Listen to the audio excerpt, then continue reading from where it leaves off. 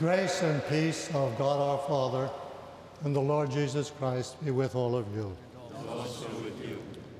My dear friends, in the spirit of this historic church, so close to the hopes and aspirations of the city, we welcome the body of our friend and brother, Senator Ted Kennedy.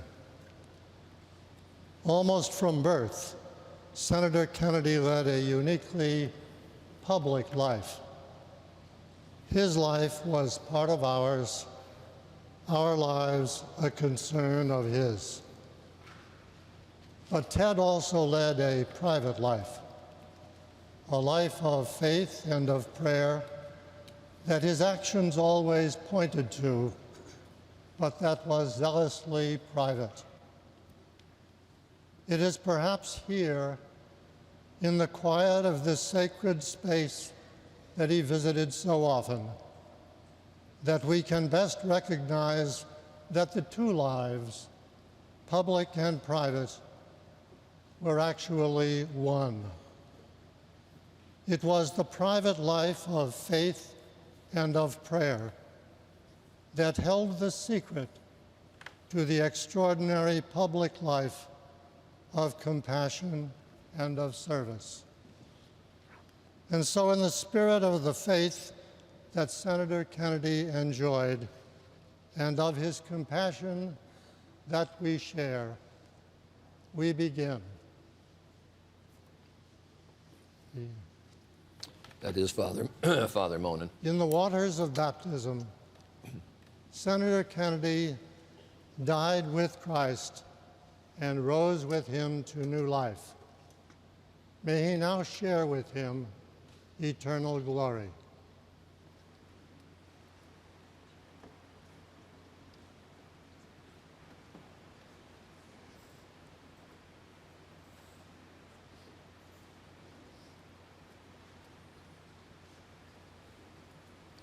As we made mention when we first came on the air, Ethel Kennedy, Vicki Kennedy, Jean Kennedy, Smith, as we made mention when we first came on the air, this church very important to Ted Kennedy because it was here that he came to pray when his daughter Cara was diagnosed with lung cancer. He was told it was inoperable. He was told she had very little time to live. He came there to pray for her recovery. And as Susan Milligan mentioned, it is now many years after that, I think 6 years since her operation, and she is in good health. And it was here that he came to this church. He came because she was being treated at the Dana-Farber Cancer Institute there in Boston, and this church is right nearby. And he visited the church also after his brain tumor diagnosis. So the church meaningful to him and meaningful to many who are there to pray for either members of their families who are ailing or who come because they themselves are afflicted.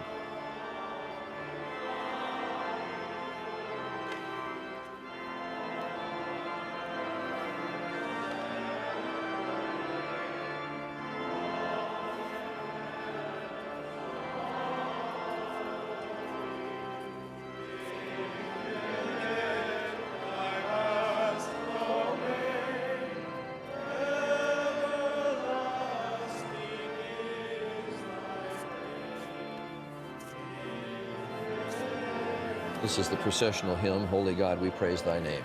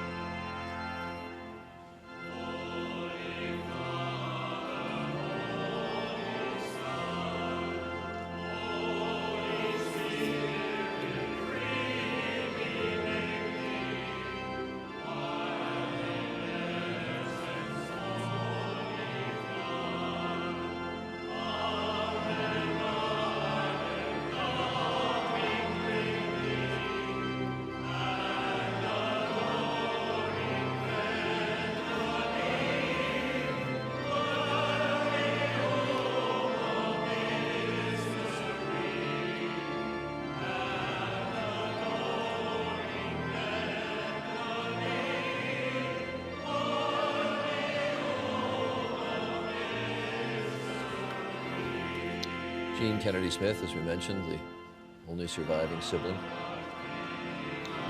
Many verses to this hymn. Great old Catholic hymn. For Catholics of a certain age, these are some of the most stirring musical phrases. This is one that unites the pre- and post-Vatican II church. This is one. You can tell he loved this one. And you can almost hear his voice in it. He loved to sing. It wasn't his strong suit, that's true, but he did love to sing. He sang to me in the hallway once in the Russell Building on Capitol Hill. I remember the day that he endorsed Barack Obama, and we interviewed him that morning at the Mayflower Hotel in Washington, and Caroline at the same time. And she's very reticent when you interview her, and she was quite reticent in that interview, but he was obviously quite outspoken. His back was hurting that day. And after they finished the interview, they left. And as I was walking down the hallway of the hotel, he was sending her out a door, and he was singing to her, singing to his niece Caroline in this big booming voice, singing When Irish Eyes Are Smiling. And I stopped, and it was just a moment. I loved it.